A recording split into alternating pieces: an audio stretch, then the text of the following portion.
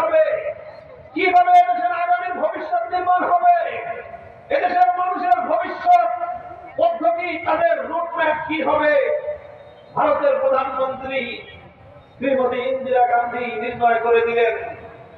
শেখ মুজিব সাহেব ইন্দিরা গান্ধীর প্রেসক্রিপশন নিয়ে বাংলাদেশে আসলেন।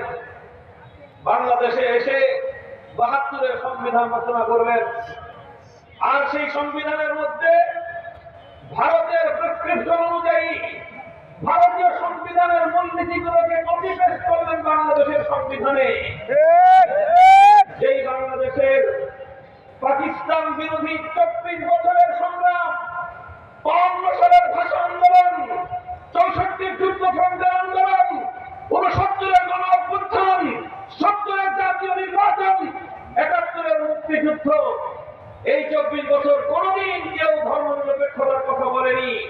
হঠাৎ করে পাগল করে ৭২ সালের সংবিধানের মাথার উপরে এসে ধর্মনিরপেক্ষ মতবাদ নামক ইসলাম বিরোধী চরম কুফরি মতবাদ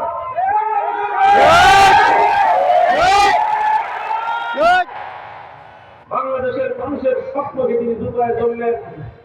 এদেশের মানুষ অনেক স্বপ্ন নিয়ে শেখ মুজিবুর রহমান সাহেবকে অনেক সমর্থন দিয়েছিল। তারা তাদের প্রধান নেতা হিসেবে তাকে অভিষিক্ত করেছিল। কিন্তু তিনি এদেশের মানুষ নয়, বরং তিনি এদেশের